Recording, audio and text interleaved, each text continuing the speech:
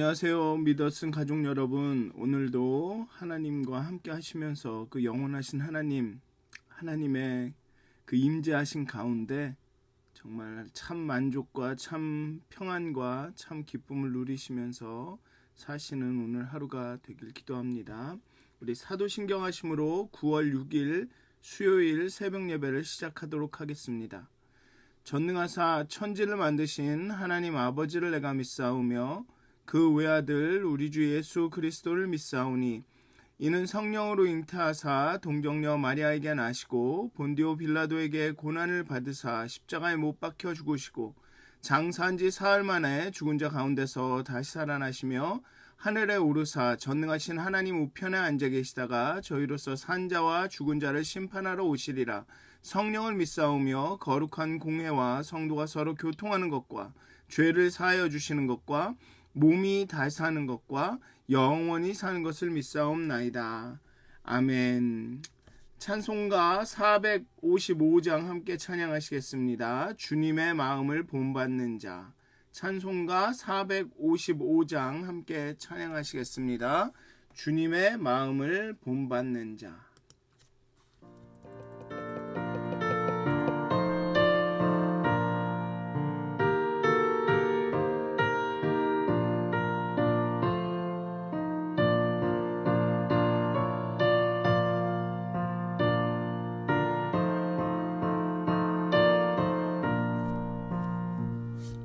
주님의 마음을 본받는 자, 그 마음에 평강이 찾아오는 험악한 세상을 이길 힘이 하늘로부터 임함이로다. 주님의 마음 본받아 살면서 거룩하신 나도 이루리. 주 모습 내 눈에 안 보이며 그 음성 내 귀에 안 들려도 내 영혼 날마다 주를 만나 신령한 말씀 늘 배우도다. 주님의 마음 본받아 살면서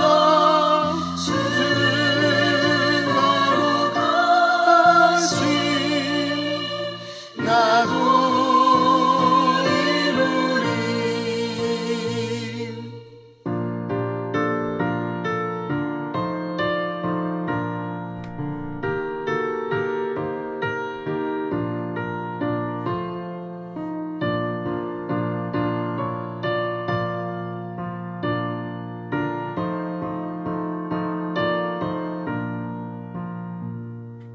가는 길과 즐거워하여도 내 맘에 불평이 없어지는 십자가 고난을 이겨내신 주님의 마음 본받음이라.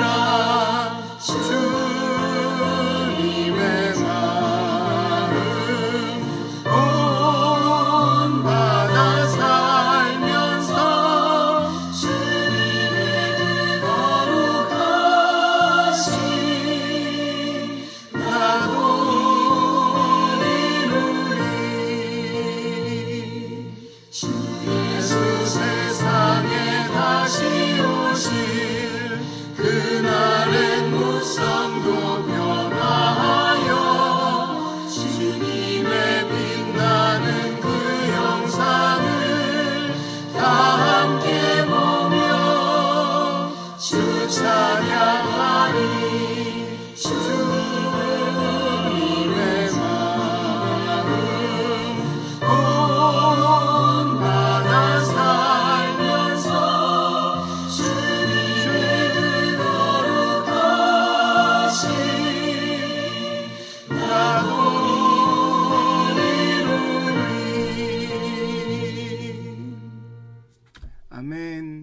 기도하시겠습니다. 하나님, 십자가에서 또 그 십자가에 돌아가시기 그 전에 제자들과의 식사 자리에서 그 만찬에서 참으로 남 섬기는 본을 보이신, 인생을 살아가는 인간으로서 살아가는 참 인간의 본을 보이신 예수 그리스도를 닮기 원합니다. 하나님, 우리의 고집과 아집과 우리의 지식과 경험을 다 내려놓고 하나님, 살아계신 예수 그리스도를 닮아 본받아 가기 원합니다.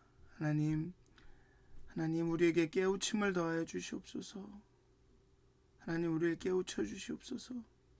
그 걸음걸음마다 참으로 우리가 예수를 닮아가고 있는지 하나님 깨달아 알게 하여 주시옵소서. 감사합니다. 예수님의 이름으로 기도하였습니다. 아멘. 오늘 함께 나누실 말씀은 전도서 6장 1절에서 12절까지의 말씀입니다. 전도서 6장 1절에서 12절까지의 말씀입니다. 제가 봉독하도록 하겠습니다. 전도서 6장 1절에서 12절까지의 말씀입니다. 전도서 6장 1절에서 12절까지의 말씀입니다. 내가 해 아래에서 한 가지 불행한 일이 있는 것을 보았나니 이는 사람의 마음을 무겁게 하는 것이라. 어떤 사람은 그의 영혼이 바라는 모든 소원에 부족함이 없어 재물과 부여와 존귀를 하나님께 받았으나 하나님께서 그가 그것을 누리도록 허락하지 아니하셨으므로 다른 사람이 누리나니 이것도 헛되어 악한 병이로다. 사람이 비록 100명의 자녀를 낳고 또 장수하여 사는 날이 많을지라도 그의 영혼은 그러한 행복으로 만족하지 못하고 또 그가 안정되지 못하면 나는 이르기를 낙퇴된 자가 그보다는 낫다 하나니 낙퇴된 자는 헛되이 왔다가 어두운 중에 감에 그의 이름이 어둠에 덮이니 햇빛도 보지 못하고 또 그것을 알지도 못하나 이가 그보다 더 평안함이라. 그가 비록 1000년의 갑절을 산다 할지라도 행복을 보지 못하면 마침내 다 한 곳으로 돌아가는 것뿐이 아니냐. 사람의 수고는 다 자기의 입을 위함이나 그 식욕은 채울 수 없느니라. 지혜자가 우매자보다 나은 것이 무엇이냐. 살아있는 자들 앞에서 행할 줄 아는 가난한 자에게는 무슨 유익이 있는가. 눈으로 보는 것이 마음으로 공상하는 것보다 나으나 이것도 헛되어 바람을 잡는 것이로다. 이미 있는 것은 무엇이든지 오래 전부터 그의 이름이 이미 불린 바 되었으며 사람이 무엇인지도 이미 안 바 되었나니 자기보다 강한 자와는 능히 다툴 수 없느니라.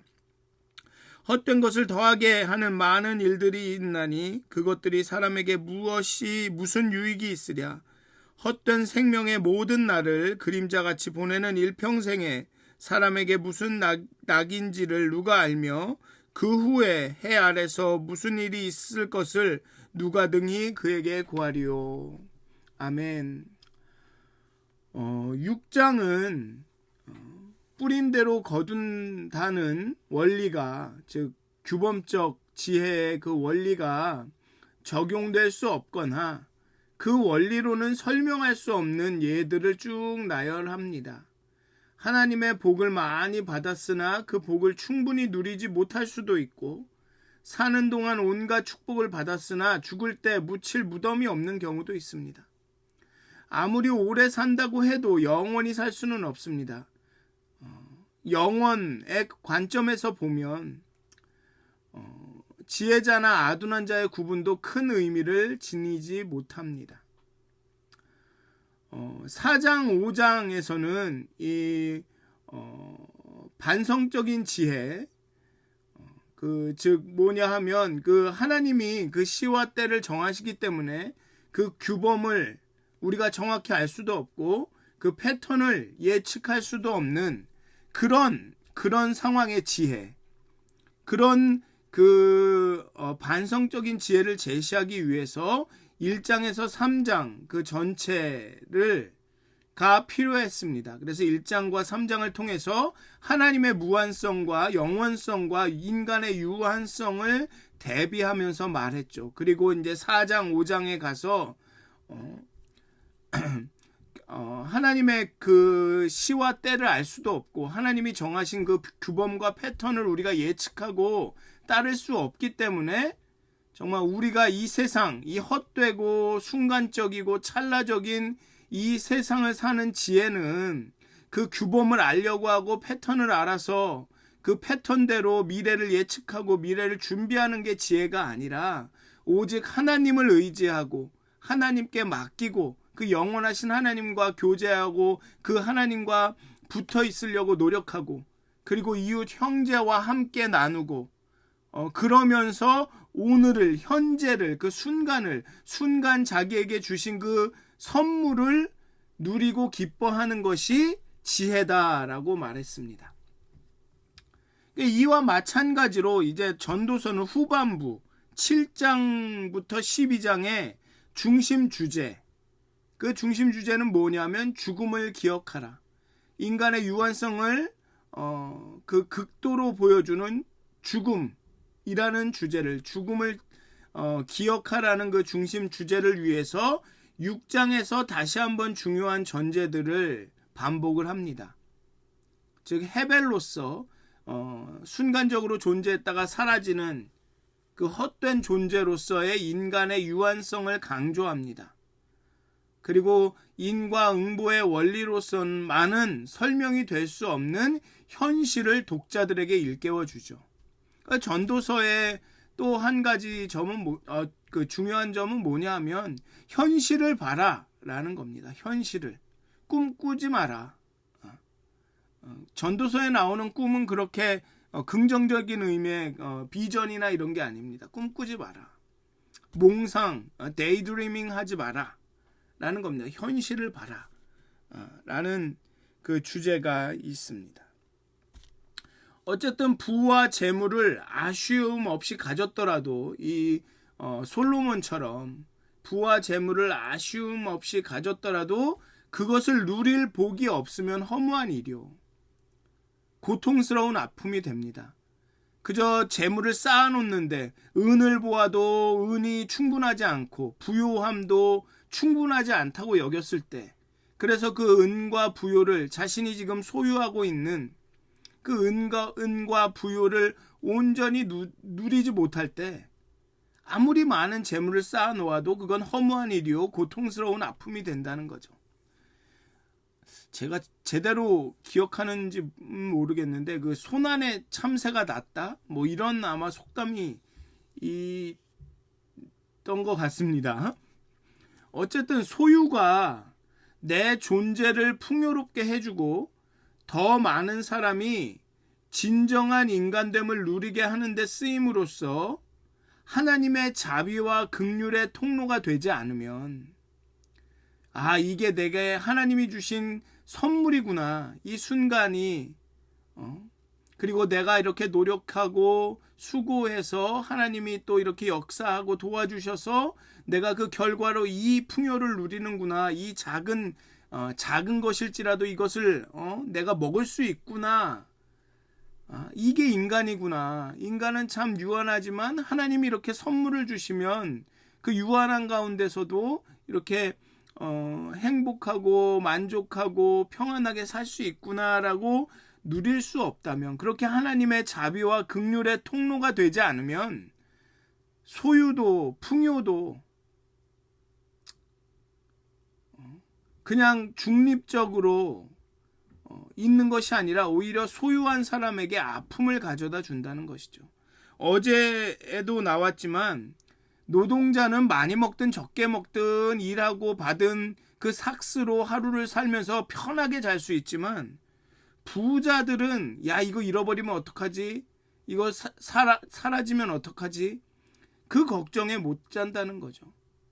그게 아픔이 된다는 겁니다. 100명의 자손과 장수와 많은 재물을 가졌어도 마음에 즐거움이 없고 또 죽은 후에 고상하게 매장되지 않는다면 차라리 햇빛을 보지 못한 낙태된 아이가 더 나을 것이다 라고 오늘 본문을 얘기합니다. 13절에 보면 내가 해 아래 아니군 여기가 아니 그건 5장입니다. 여기 보면 3절에 보면 6장 3절에 보면 사람이 비록 100명의 자녀를 낳고 장수하여 사는 날이 많을지라도 그의 영혼은 그러한 행복으로 만족하지 못하고 또 그가 안장되지 못하면 나는 이르기를 낙태된 자가 그보다는 낫다 하나니. 그렇게 이야기하고 있습니다. 소유가 내 주인인 것을 이 소유를 그러니까 내 것인 것을 자랑하지 말고 내가 그 소유의 주인으로서 자유와 쉼을 누리고 재생산할 수 있는 것을 자랑해야 하죠. 사람의 수고는 그 사람의 욕구를 만족시키기에는 늘 턱없이 부족합니다. 여기 오늘 보면 7절에 보면 사람의 수고는 다 자기의 입을 위함이나 내가 먹고 살려고 목구멍이 포도청이라는 말이 있죠.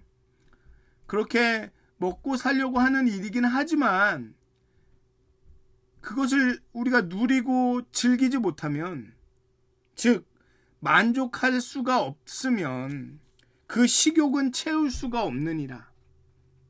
계속 필요로 한 거죠. 해 아래 인생을 온전히 만족시킬 수 있는 것은 없기 때문에 그렇습니다.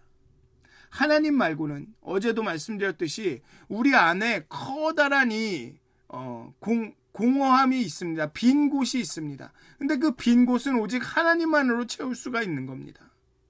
로마서에서 그렇게 나오지 않습니까? 로마서 2장에서 그 상실한 마음을 하나님을 아는 것으로 채워야 하는데 하나님의 아는 지식으로 그 지식을 그 마음에 두기를 싫어하기 때문에 그 공허한 마음, 상실한 마음을 채우기 위해서 그 안에서 죄와 악이 막 나온다고 이야기하고 있습니다. 우리 인생은 해 아래 인생을 온전히 만족시키고 채울 수 없는 것은 하나님밖에 없기 때문에 사람의 수고는 다 자기 입을 위함이나 그 식욕은 채울 수가 없는 것입니다. 그래서 이 욕망에 관해서는 해 아래 지혜자가 어리석은 자보다 더 낫지 않고 재물이 많지만 세상살이를 모르는 자나 가난하지만 세상살이를 잘 아는 자나 거기서 거긴 겁니다. 어떻게 살든 그 욕심과 욕망은 채워지지 않습니다. 나는 지혜로운 자고 물질적인 욕망이 없고 이런 말씀을 하시는 분들 지적인 욕망으로 가득 찰 수 있습니다. 그리고 내가 제일 지혜롭다라는 그 상태를 유지하기 위해서 온갖 일을 다 할 수 있습니다. 그게 내 7장에 나옵니다. 7장에 그러한 이야기가. 지혜가 좋다 하지만 지혜도 이런 말이 이 7장에 나옵니다. 실상은 현실의 수고와 그 결과에서 만족함을 찾는 것조차도 헛되고 바람을 잡는 것처럼 공허할 수 있다는 겁니다. 그렇다 하더라도 이 솔로몬은 전도서에서 이 전도서 구석구석에서 수고를 통해 만족과 기쁨을 누리는 지혜의 길을 택하라고 암시적으로 계속 말하고 있죠. 세상에서는 정말 우리의 욕심과 욕망을 다 채울 수가 없다. 어쩌면 그렇게 순간순간 채우는 것도 내가 만족감을 얻는 것 같지만 그것도 일시적인 것이다 라고 말하는 겁니다. 하나님 없이는 하나님이 함께하지 않으시면 그게 불가능하다라는 거죠. 그래 앞에 말처럼 그게 우리가 갖고 누리고 하는 소유와 우리의 수고와 노력의 결과들이 하나님의 자비와 긍휼의 통로가 되지 않으면 이게 하나님이 주신 선물이구나. 이 유한한 인간 가운데 정말 허무하고 헛된 인생 가운데 이게 이 순간이 하나님이 우리에게 주신 선물이구나라는 그 의식이 있지 않으면 아무리 좋은 것을 먹어도, 아무리 많은 것을 누려도, 아무리 많은 것을 가져도 그것 또한 바람을 잡는 헛된 일이라고 말하는 겁니다. 세상에는 확실한 것과 불확실한 것이 공존합니다. 그런데 확실한 것이 좋고 불확실한 것이 나쁘다고 말할 수가 없습니다. 창조 때부터 사람을 비롯한 모든 창조물이 하나님 앞에서 확실하게 드러났습니다. 10절에 보면 이렇게 나오죠. 이미 있는 것은 무엇이든지 오래전부터 그의 이름이 이미 불린 바 되었으며.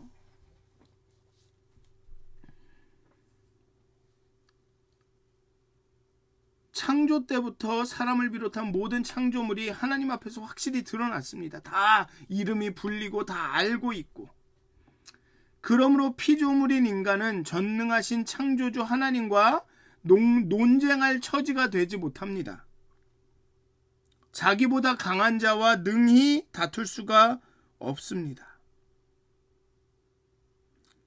사람이 무엇인지도 이미 안바되었나니 자기보다 강한 자와 능히 다툴 수가 없느니라.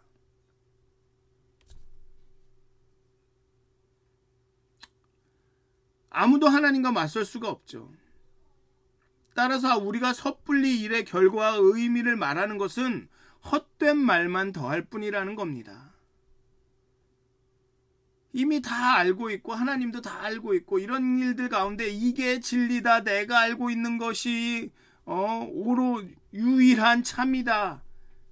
앞으로 이렇게 되면 이렇게 될 거고 저렇게 되면 저렇게 될 거고. 그게 헛된 말일 뿐이란 겁니다. 어떻게 하냐는 거죠. 하나님이 그 때와 시기를 정하셨는데, 하나님이 통치하고 다스리고 계시는데, 하나님 앞에서는 이 세상의 모든 것이 다 드러났고 이름도 이미 불리었고 사람이 무엇인지 다 알고 있는데, 그 앞에서 인간이 이래야 된다, 사람이 저래야 된다, 그게 무슨 의미가 있냐는 겁니다. 그저 헛된 말만 더할 뿐이라는 거죠. 차라리 하나님 앞에 무릎 꿇고 굴복해서 하나님께 다 맡깁니다. 하나님이 돕지 않으시면, 하나님이 함께하지 않으시면 어찌 우리가 살겠습니까? 그게 더 낫다라는 겁니다. 해 아래 어떤 사람도 무엇이 참된 것인지, 참된 낙인지, 혹은 죽은 후에 무슨 일이 일어날지를 알 수가 없는 것입니다. 12절에 보면 헛된 생명의 모든 날을 그림자같이 보내는 일평생에 사람에게 무엇이 낙인지 누가 알며 그 후에 해 아래서 무슨 일이 있을 것을 누가 등이 그에게 고하리요. 죽은 후에는 무슨 일이 일어날지는 알지 못한다는 것이죠. 이 한계를 명백히 인정하는 현실주의가 욕망에 지배받지 않는 신앙의 필수 조건입니다. 즉 죽음을, 우리의 한계성을, 유한성을 인정하는 것이 신앙의 필수 조건이라는 거죠. 우리가 알지 못한다, 지혜자나 우매자나 하나다, 우리는 유한하다, 그것을 인정해야만 하나님께 발돋움할 수 있다는 겁니다. 내가 영원하다 여기고, 내가 지혜롭다 여기고, 내가 아는 것이 참이라 여기고, 그런 사람들은 하나님께 발돋움할 수가 없습니다. 왜? 하나님께 기도하고 의지하지 않습니다. 그냥 내 머리 안에서만 쳇바퀴 도는 거죠. 내 자신이 내가 참임을 증명하는 겁니다. 아무리 내 논리 안에서 돌아봐야 이게 참인지 거짓인지 증명할 수가 없습니다. 점검할 수가 없습니다. 그러니 다른 사람들의 얘기를 들어야 되는 겁니다. 물어야 되는 겁니다. 그래서 여러분들 뭐라 그럴까요? 이렇게 대화가 안 되고 이런 사람들 보시면 그분들은 자기들 안에서 참입니다. 절대로 오류가 없는 참입니다. 그분들은 하나님께 닿아 있는 분들이 아닙니다. 하나님을 그렇게 두려워하고 경외하는 분들이라면 인간의 유한성과 인간의 한계와 인간 지혜의 덧없음을 알기 때문에 그렇게까지 주장할 수가, 고집할 수가 없습니다. 물론 확신은 있을 수 있습니다. 하지만 주장할 수가 없는 거죠. 0.00001%의 오류의 가능성이 있기 때문에 주장할 수가 없는 겁니다. 왜? 인간이기 때문에. 인간은 유한하기 때문에. 인간의 인식은 100% 확실하지 않기 때문에. 하나님만이 확실하시기 때문에. 그런데 우리는 그 하나님을 온전히 다 알 수 없기 때문에. 이런 인간의 한계를 인정하는 그 현실주의가 욕망에 지배받지 않는 신앙의 필수 조건입니다. 이 헛되고 헛된 세상에서 그 헛된 것을 붙들고 그 욕망에 사로잡혀서 괴롭게 살지 않을 정말로 신앙의 길을 갈 수 있는 조건이 바로 이 현실주의라는 겁니다. 죽음을 직시하고 인간의 한계와 인간의 유한성을 인정하는 것. 사랑하는 믿었은 가족 여러분, 우리가 인간의 유한성을 맞닥뜨릴 때 우리는 온전히 하나님께 나아갈 수 있습니다. 우리가 모른다라는 것을 인정할 때, 우리는 한계가 있다라는 걸 인정할 때, 나는 아무것도 아니다라는 것을 인정할 때, 나는 죄인이다라고 고백할 때, 그때야 비로소 우리는 하나님께 맞닿을 수 있습니다. 사랑하는 믿었은 가족 여러분, 얼마를 살아도, 영원이라는 관점을 보면 100년을 살아도 나는 지혜롭다라고 말할 수가 없는 겁니다. 그리고 현실은 나이가 많다고 지혜로운 게 아닙니다. 전도서도 얘기하지 않습니까? 젊어도 지혜로울 수 있고 가난해도 지혜로울 수 있는 겁니다.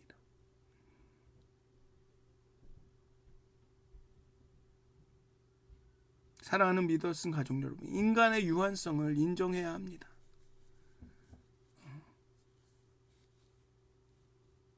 젊은이들한테 젊어서 잘 몰라서 그러는데 경험이 없어서 이런 말씀하시면 요즘 사람들은 절대 여러분들의 말을 듣지 않습니다. 초등학생들도 그렇습니다. 그게 벌써 20년 전에 그랬습니다. 내가 선생인데 말이야, 이렇게 나오면 어떤 학생도 선생을 존경하지 않습니다. 그들의 가르침을 받지 않습니다. 그런 세상이 됐습니다. 그리고 어쩌면 그게 성경에 부합하는 건지도 모릅니다. 100년을 살아도 영원 앞에서는 티끌과 같은 겁니다. 100년 동안 한 지혜가 영원의 하나님의 지식 앞에서는 티끌 같은 겁니다. 그러니 신앙이 깊어지면 하나님을 알면 알수록, 하나님과 가까이 하면 할수록 겸손해질 수밖에 없는 겁니다. 겸손한 사람이 지혜로운 거죠.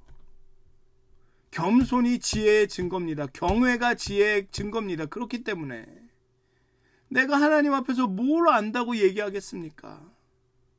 하나님이 이렇게 보고 계시는데 내가 사람들 앞에서 뭘 대단히 안다고 말할 수 있겠습니까? 이게 경외라는 겁니다. 이게 경외라는 겁니다. 그러한 경외함만이 인간의 허무함을, 인간의 유한성을 극복하고 순간을 누릴 수 있게 해준다라는 겁니다. 사랑하는 믿었은 가족 여러분, 인간의 유한성을 깨달아 아셨으면 좋겠습니다. 우리는 유한하다. 우리는 아무것도 아니다. 그러니까 하나님 앞에 갈 수밖에 없는 거죠. 그게 신앙의 모습입니다. 그런 신앙인들이 교회 안에 많아져야 교회에 사람들이 모이는 겁니다. 저 성도님, 내가 정말 저분처럼 살고 싶다. 내가 정말 저분처럼 신앙생활하고 싶다. 이런 마음이 들어야 사람들이 교회에 모이는 겁니다. 사랑하는 믿었은 가족 여러분, 어르신 여러분, 정말 그 신앙의 모습을 보여주십시오. 참 신앙인들이 어떤 것인지 우리 젊은 세대에게 보여주십시오. 인간의 유한성을 인정하는 모습들을, 와, 연세가 저렇게 드셨는데도 저렇게 겸손하게 하나님 앞에 저러시는구나, 이런 모습을 좀 다음 세대에게 보여주십시오. 그래야 우리 다음 세대에 소망이 있습니다. 저게 참 신앙이구나. 정말 인생 너무 힘들고 애도 낳기도 싫고 이렇게 허무하고 애는 키워서 뭐하나, 이런 세상인데도 저런 분들이 있어서 소망이구나. 나도 저런 분들처럼 하나님 의지하면서 그렇게 살아가야겠구나. 그런 소망을 좀 다음 세대에 보여주십시오.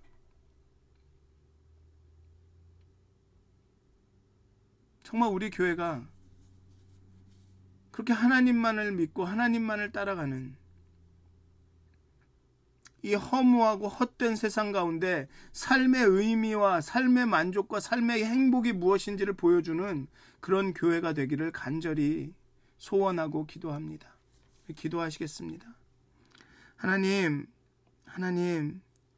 우리의 소유와 우리의 지혜와 우리의 노력과 우리의 명예와 우리의 지식과 이 모든 것들이 정말 아무것도 아님을, 한계가 있음을, 유한한 것임을 하나님 깨달아 알게 해 주시옵소서.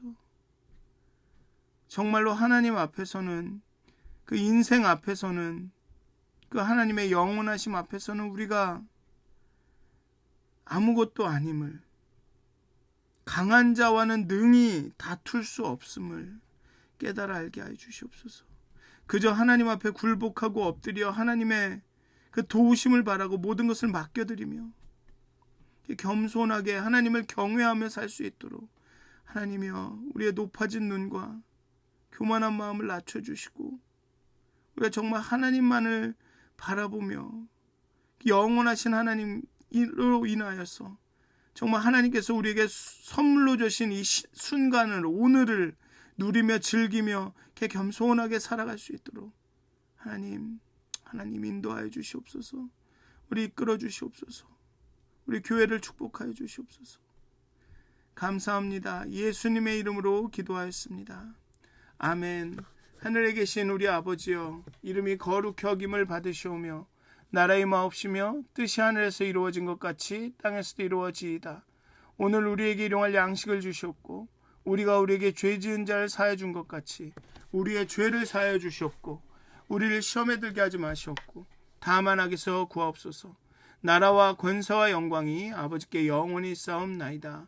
아멘. 오늘도 행복한 하루가 되시길 기도합니다.